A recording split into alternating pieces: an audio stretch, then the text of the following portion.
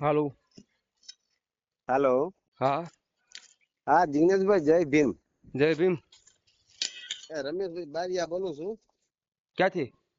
મુન્દ્રાથી. બોલો ને રમેશભાઈ. હવે એક નાની મીટર હતી થોડી અમારા ભાઈઓમાં. હા. એટલે ભાઈઓમાં તેવું છે ને, અમારે મોટા ભાઈના ઘરે દીકરીના લગ્ન હતા. દીકરીના લગ્ન હતા. હા, 5મા મહિને 9-10. બરોબર. 5મા મહિને 9-10 ના. બરાબર. હા, એટલે હવે અમે બે સગા ભાઈ, એટલે હવે હું નોકરી કરતો, એટલે હા. હમણાં અમે ગયા, એટલે હવે અમે તો શું છે 12 મહિને કારીગર જઈએ ઘરે, ન કરતો બધા નોકરી એટલે આમાં ગયા. એટલે એ વળી હવે શું છે, માં તો બધાની હરખી હોય ને. તમે કદાચ બે ભાઈ હો તો તમે કદાચ ઘરે હોય ને તમારા ભાઈ બારે હોય ને, તો માં તો કોઈના છોકરા હતા ખમણા ન હોય ને. દાદી ને તો બધા વાલા જ હોય ને. હા. તો એ મારા છોકરા કને હુતા તો હવે એ ભાઈ શું છે, પહેલેથી દારૂ તો પીવે છે. આજે 10-15 વર્ષથી, આજે 10 વર્ષથી હેરાન તો કરે જ છે. તો હવે ના ઘરમાં રહેવા નથી દેતા, ને મારી નાખવા વહે પડે છે, ને ગામમાં લઈ લાકડીને વહે પડે છે. હા. કોને? એવું. તમારા બાને ને? હા. કે તમને? ના ના, મને તો શું વહે પડે. હવે જો આપણે પેલું કેમ સિંહ ની આમે સિંહ પડે તો ક્યાં વાત જ રહી છે મોટા ભાઈ. ઘેટા માને ડોસલા ને એવું કરે છે. હા. હવે એના કારણે મોબાઈલ ભડકાય છે. એની બાજુમાં મોબાઈલ છે. મને તકલીફ થાય છે કે હવે આપણે 9 મહિને આપણી મમ્મીએ જો લઈને મોટા કર્યા ને, અત્યારે જો આ તકલીફ થતી હોય તો થોડુંક વહમું લાગે છે એમ. ના ના, એ સાચી વાત છે. હવે એને લગભગ લગ્ન થી લગભગ વિચાર કરો, 26 વર્ષની દીકરી થઈ, અત્યારે 30 વર્ષ થયા. 4 દીકરી છે ને 2 દીકરા છે. એટલો દારૂ પીવે. બાઈ છોકરા દાડીએ જાય ને હાંજે દારૂ પી જાય. બરોબર. બરોબર. એને હમણાં દીકરીના લગ્ન ગયા તો લગભગ મારથી બનતે કોશિશ કરી, એટલે મેં 20,000 થી 25,000 ની મેં મદદરૂપ મેં કરી. બરોબર. બરોબર. જે આપણાથી મદદરૂપ કરી. મેં એને માર્યો કેટલો વાર, કૂટ્યો કીધો કે ભાઈ તું સુધરી જા. હવે હું આવતો રહ્યો. પછી હવે તમે વિચાર કરો કે હવે તમારા મમ્મી હોય તો એ તમને પોકી રહેતા રે. તમે શું શામાં નોકરી કરો? મારી 108 માં રમેશભાઈ બારિયા નો પણ આ તમને મેં પેલા ફોન કર્યો હતો. બરોબર. અને હવે આ તમારા ભાઈ નામ શું છે? મારા ભાઈ નામ છે બારિયા પુંજાભાઈ મશરૂભાઈ. બરોબર. અને આ અત્યારે રહી મુદ્રા રહી છે?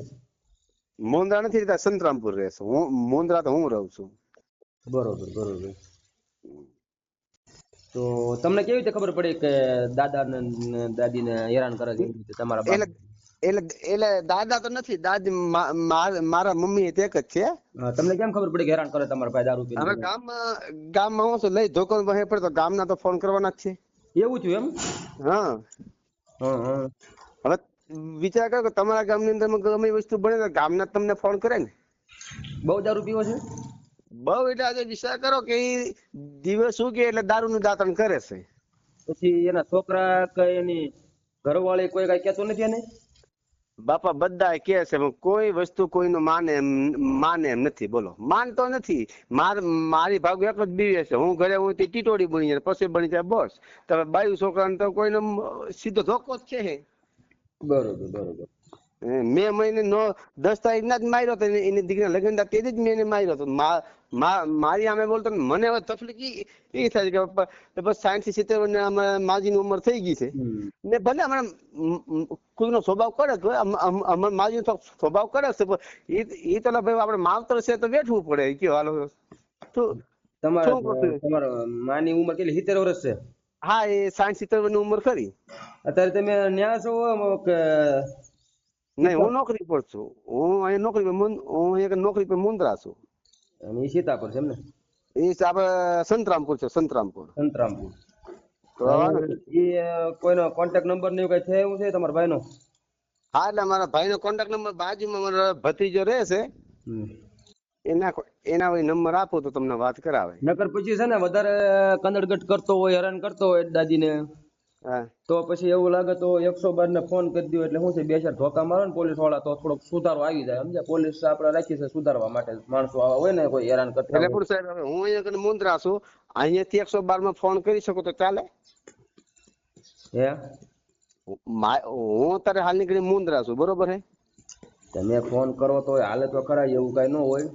હા કારણ કે તમારા માં ઉપર આ તમારો ભાઈ જો એ દારૂ પીને અને મારકુટ કરતો હેરાન કરતો હોય હા તો એ ડોશી મને કઈ ફોન માં કઈ ખબર ન પડતી હોય.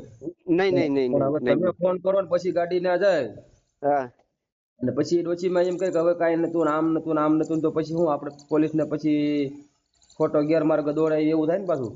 હા હા ઈ વાત સાચી ને. અમારા ડોશીમાં પોલીસ થી બહુ હા પછી બહુ બાપા ઈ તો કાંઈ એવું નથી આમ ને તેમ ને તો પછી હું આપણે તો ખોટી પોલીસ ને આપણે દોડતી ન કરે ને કારણ વગર.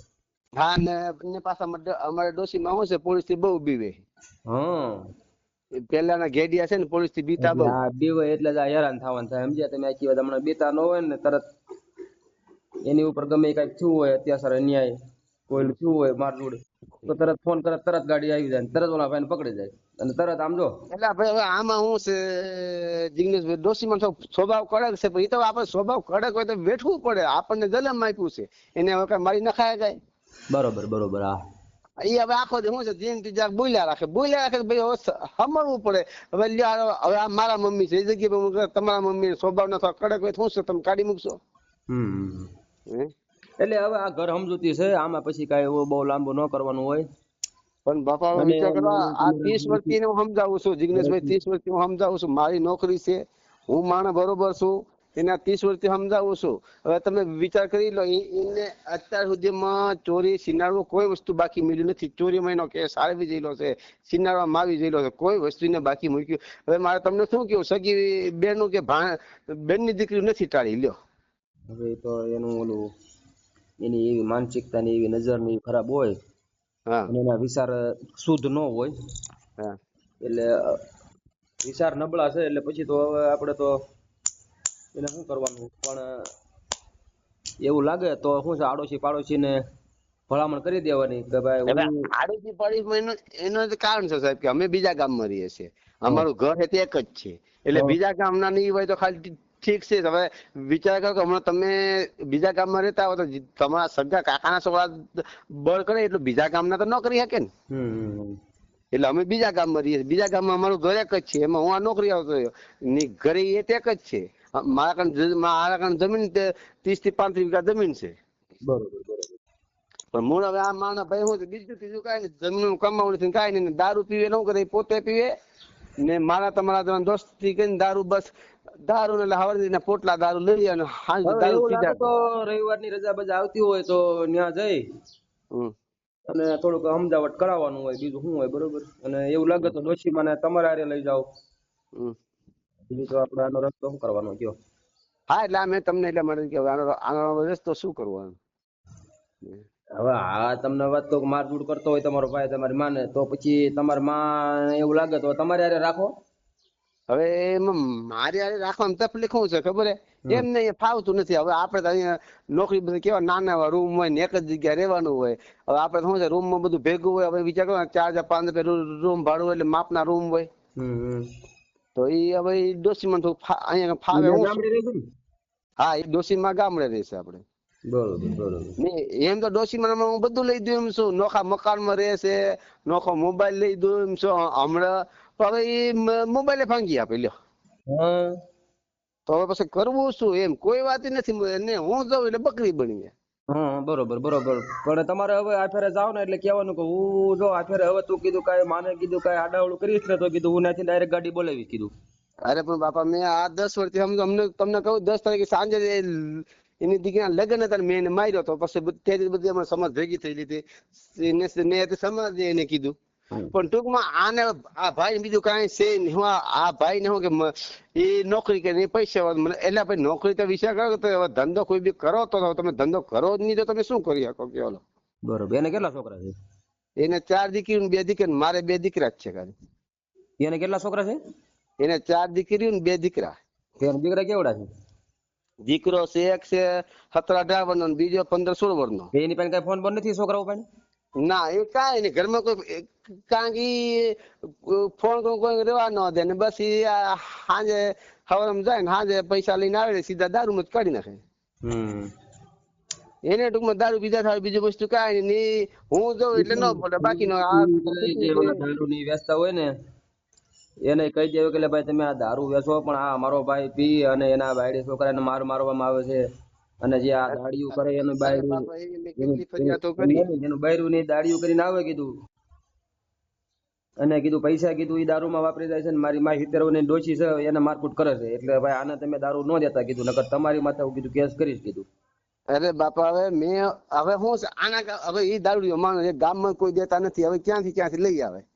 હવે આખો દી ને શું ખબર હે હવે બાઈ છોકરા હમણાં છૂટી બાજરી વાટવા જયેલા છે તો બાજરી વાટવા કેવું કહે છે દાણા લાવશે એટલે સીધા દારૂ વાળા ઘરે ઉતારી દેશે કે હા ભાઈ તમે ખોન મને દારૂ આપો. એ તમે ભાઈ હવે ભાઈ તારો પ્રશ્ન છે તારા છોકરા ને તારી બાયડી છે એમાં કઈ આડો પગ હે રમેશભાઈ કીધું ને તમારું નામ? હા રમેશભાઈ. અને ગામ કયું કીધું? મારું નામ છે રમેશભાઈ મશહૂરભાઈ બારિયા, ગામ બાબરી, તાલુકો સંતરામપુર, જિલ્લો મહીસાગર. ઠીક, બરોબર. કાંઈ વાંધો નહીં. હવે તમારે રજા હોય એટલે થોડોક આટો ફેરો મારી લેવાનો અને એને થોડુંક કહી દેવાનું. હવે સાહેબ આટા ફેર એમ થાય કે હું 550 કિલોમીટર દૂર રહું છું. કેટલો 550 કિલોમીટર? હવે મને મારી દર રવિવારે બપોર પછી મારી રજા આવે છે. હવે એમાં મારે કેવું હું છે એટલે હવે તમને કદાચ એવું લાગે તો હું અમારા ભત્રીજાના બાજુમાં નંબર આપું, તમે જો તમારી રીતે સમજાવતા હોય કે ભાઈ સિલે પછી હવે શું છે કે આ રીતે એ વસ્તુ થાય એ કઈ સારું નથી. કઈ વાંધો નહીં, આપણે હાલો ને એમને ફોન કરશું. અને અત્યારે એવું એક કામમાં છું. હા બરોબર. આપડા વિડીયો ની ચડાવવા માટે તમે ફોન કર્યો છે? હા તો કાંઈ વાંધો નહીં, તમારા ફોટો ની મોકલી દીજો ને આપણે એ તો નિરાતે એવું પછી મૂકી દઈશ. એટલે ફોટો એટલે મારા મમ્મી ના મોકલું? હા તમારા મમ્મી નો તમારો ફોટો મોકલી દો. તમારો ભાઈ નો હોય તો એનો ફોટો મોકલી દો.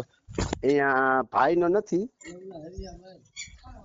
કારણ કે ભાઈ નો નથી, મારા મમ્મી નો મારો મારા ફેમિલી નો છે. કાંઈ વાંધો નહીં, તમારો ને તમારા ડોશીમાનો મોકલી દો ને. હા તો ભલે.